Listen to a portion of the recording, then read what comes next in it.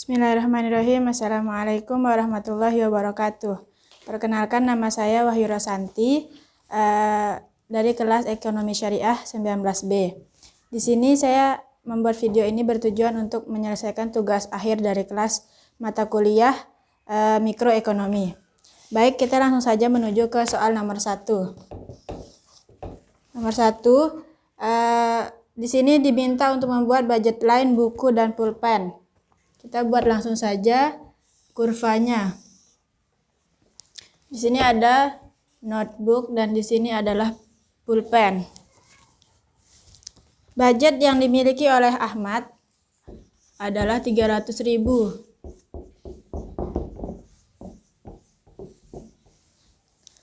Lalu kemudian harga notebooknya adalah 20.000.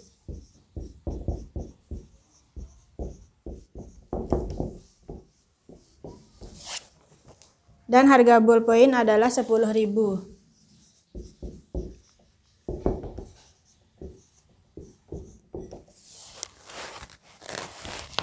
Di sini ditanya jika Ahmad ingin membeli ballpoint jika Ahmad ingin membeli notebook saja, dia akan mendapatkan sebanyak 15 buku.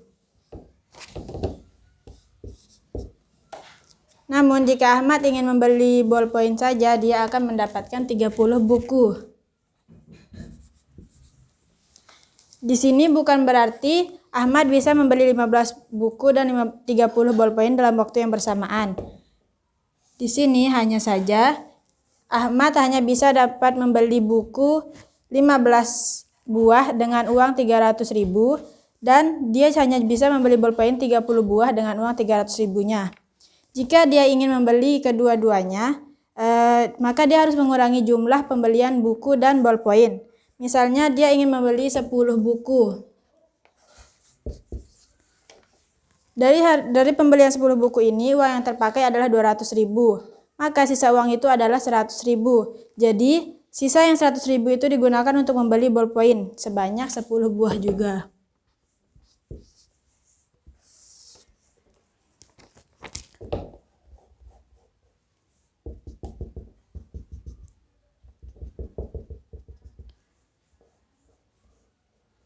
Begitu sampai seterusnya.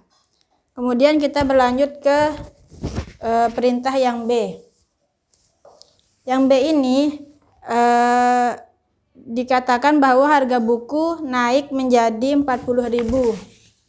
Kita tulis saja A, 40K. Dengan uang 300.000, Ahmad bisa membeli buku sebanyak 7 buah.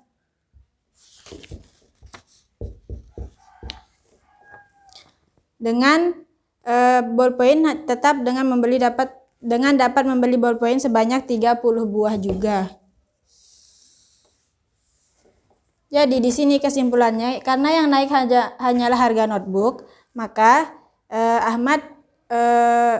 jumlah yang dapat dibeli Ahmad berkurang menjadi 7,5 dan ballpointnya tetap pada angka 30. Lalu kemudian yang ketiga perintahnya adalah harga ballpoint ini turun. Kita analogikan menjadi B sebesar 5K. Nah, ketika harga ballpoint turun, harga notebook ini tetap dengan harga 20.000. Di sini kita dapat membeli notebook tetap dengan 15 buah. Lalu kita dapat membeli ballpoint yang harga 5.000 menjadi 60 buah.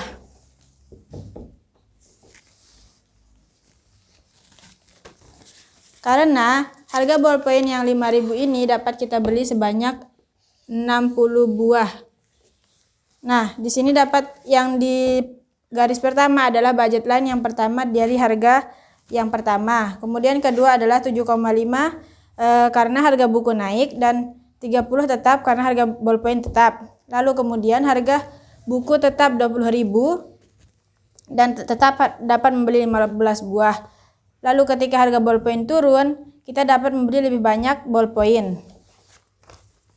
Nah, lalu kemudian bagaimana jika yang turun adalah budgetnya? Yang D sekarang. Yang turun adalah budgetnya. Turun menjadi 200.000. Ketika si budget ini turun, harga yang dipatok adalah harga pertama, yaitu harga buku sebesar 20.000 dan harga ballpoint sebesar 10.000. Kita gambar saja langsung kurvanya.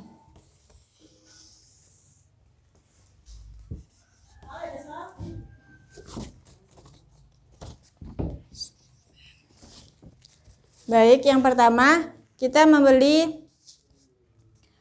kita buat saja kurva yang pertama tadi dari budget yang pertama.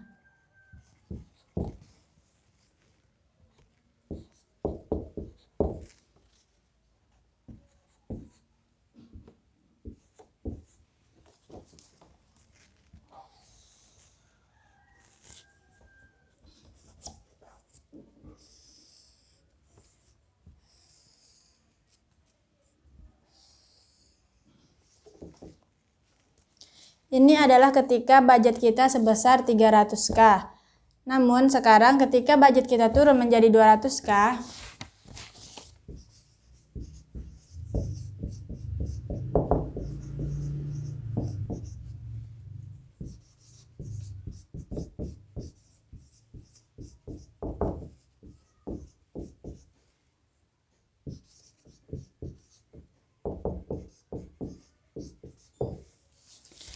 ketika budget kita turun menjadi 200.000, berapa jumlah buku yang dapat kita beli dan berapa jumlah pulpen yang dapat kita beli dengan uang 200.000 ini?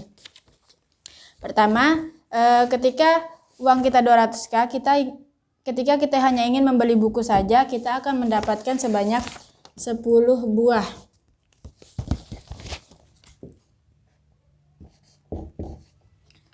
Lalu kemudian, jika kita hanya ingin membeli ballpoint, kita akan mendapatkan sebanyak 20 buah.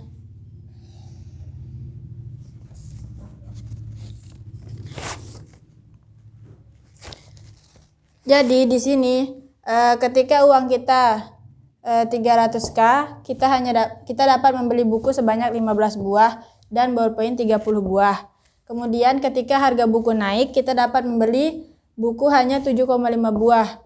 Terus ballpointnya tetap kita dapat membeli 30 buah. Lalu kemudian ketika harga ballpoint turun, kita dapat membeli ballpoint lebih banyak, yaitu 60 buah dan buku tetap 15 buah. Lalu ketika budgetnya yang turun menjadi 200.000, kita juga tentu kita akan mengurangi pembelian kita dalam buku dan ballpoint. Kita dapat membeli buku hanya 10 buah dan ballpoint 20 buah. Baiklah, kita berlanjut ke soal nomor 2.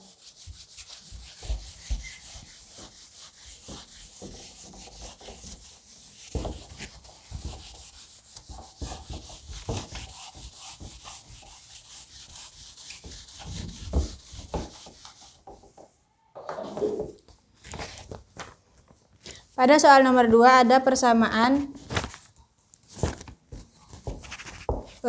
supply, yaitu Q plus 60, dan persamaan demand, yaitu min 2Q ditambah 150. Yang ditanya berapa permintaan pasarnya dan kuantiti pasarnya. Oke, langsung saja kita masukkan ke dalam persamaan. PS sama dengan PD. Q plus 60 sama dengan min 2Q plus 150.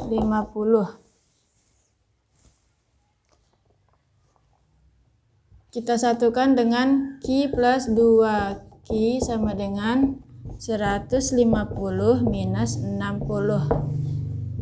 3Q sama dengan 90.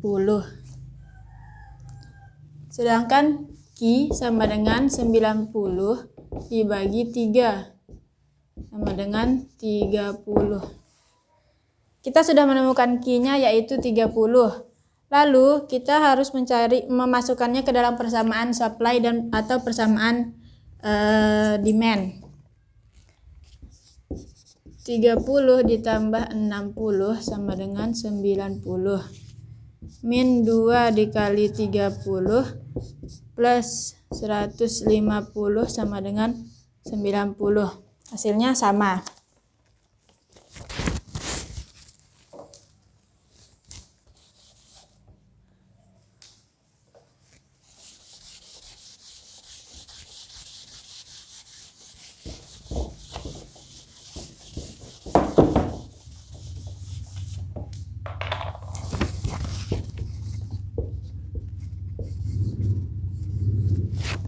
Lalu kita mencari P0 dan Q0-nya.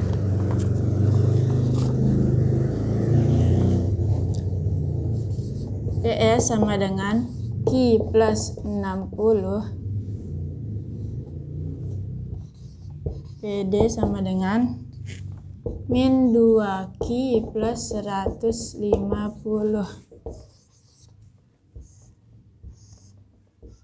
P sama dengan Q.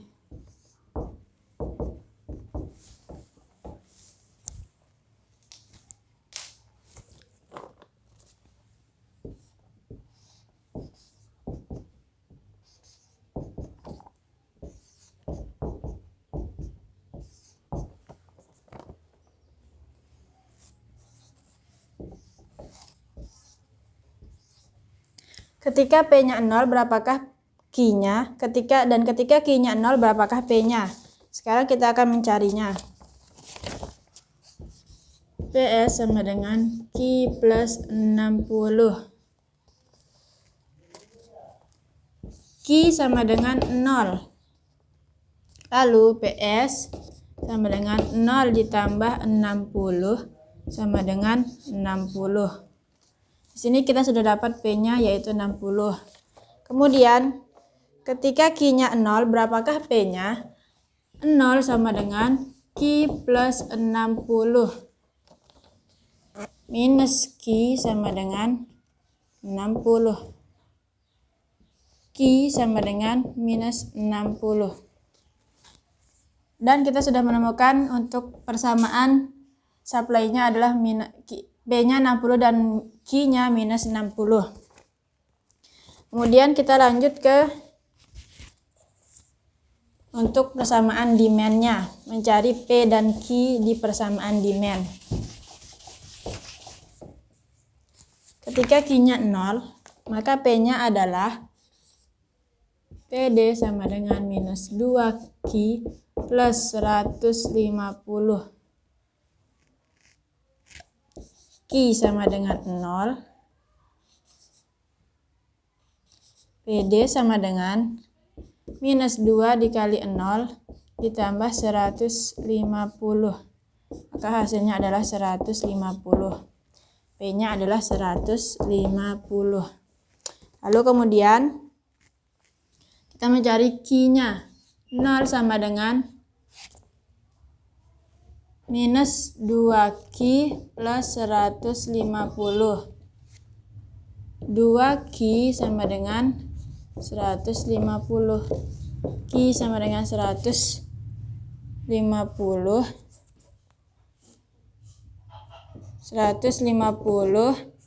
dibagi 2 sama dengan 75. Dan kita menemukan Q-nya adalah 75. Lalu sekarang kita bisa membuat kurvanya.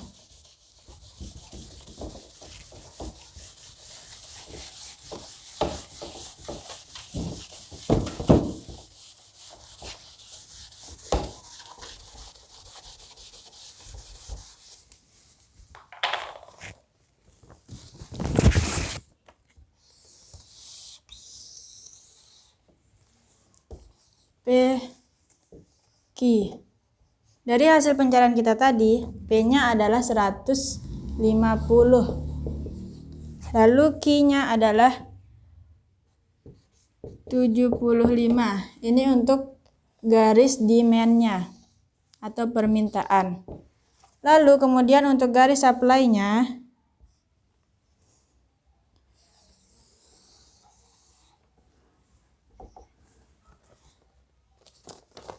kita dapatkan P-nya 60, lalu Q-nya minus 60. Dan titik equilibriumnya adalah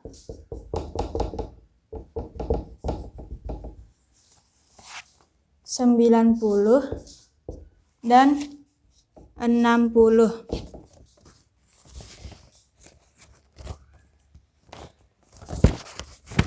Di sini dapat kita lihat consumer surplus-nya. Di bagian atas equilibrium ini adalah consumer surplus.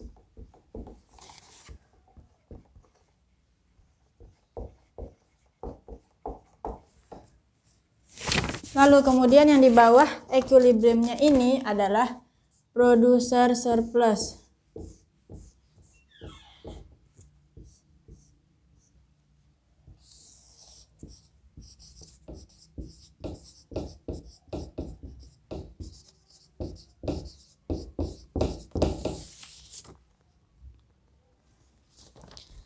Lalu ketika ada kebijakan batas minimum untuk harganya, maka ini semua bisa berubah. Wilayah consumer surplus dan producer surplus bisa berubah.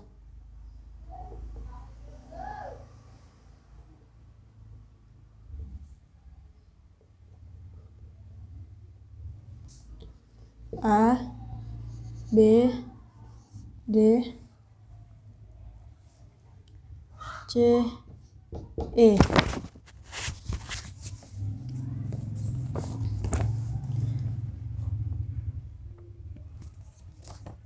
Kita menghitung minimum price-nya dulu. Minimum price adalah 92. Kebijakan pemerintah untuk minimum price-nya adalah 92.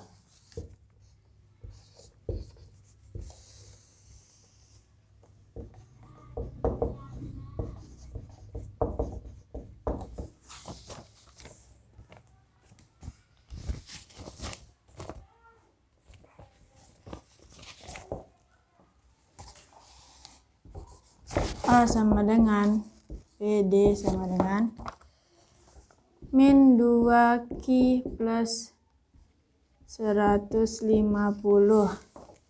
Lalu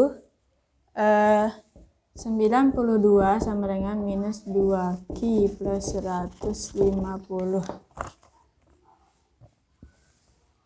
2Q sama dengan minus 92 plus 150 sama dengan 2Q sama dengan 58. Q sama dengan 58 dibagi 2 yaitu 29. Di sini dapat kita tarik garis menjadi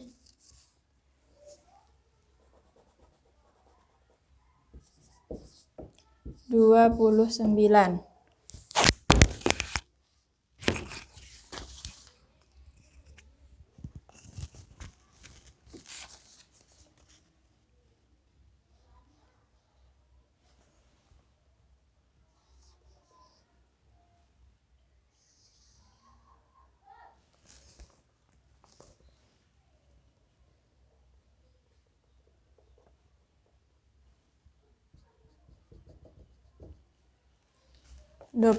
Lalu kita cari untuk yang di wilayah P-nya. B sama dengan PS sama dengan Q plus 60 sama dengan 29 plus 60 sama dengan 89. Berarti di sini kita temukan 89. Lalu kemudian di sini adalah wilayah dead weight loss.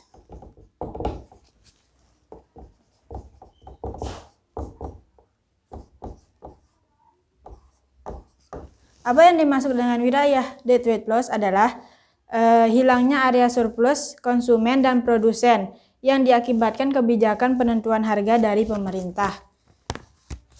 Dari sini dapat kita lihat bahwa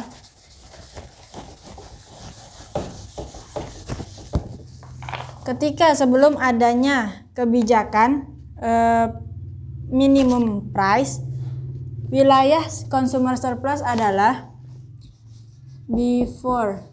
sebelum adanya kebijakan. Wilayah consumer surplus adalah A plus B plus C. Lalu wilayah producer surplus sama dengan D plus E.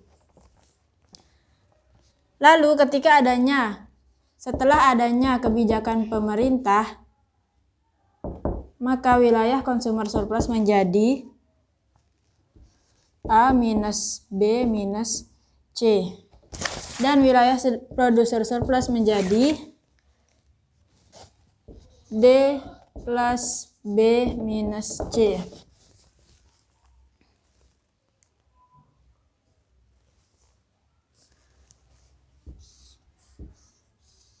A dan D ini adalah wilayah tetap dari consumer surplus dan producer surplus.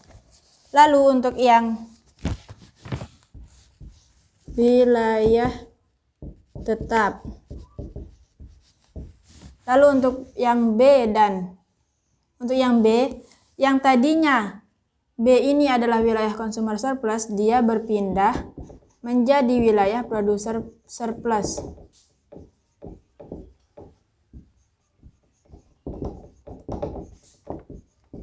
Producer surplus.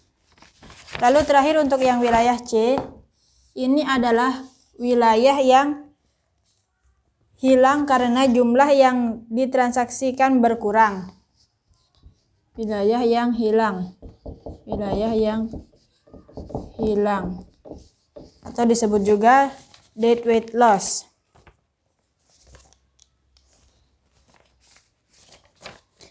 Apa tujuan kita untuk mencari wilayah deadweight loss? Yaitu supaya kita bisa tahu kerugian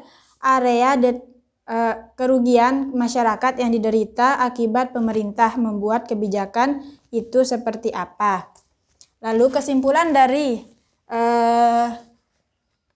dari soal ini adalah pemerintah ketika mau menentukan kebijakan maksimum price dan minimum price, pemerintah itu tidak bisa hanya sudah harganya diturunkan atau dinaikkan, karena mekanisme pasar juga nanti akan menyesuaikan ketika harga ditentukan lebih tinggi daripada harga keseimbangan pasar. Supplier semangat akan tetapi konsumen tidak semangat, begitu pula sebaliknya. Jika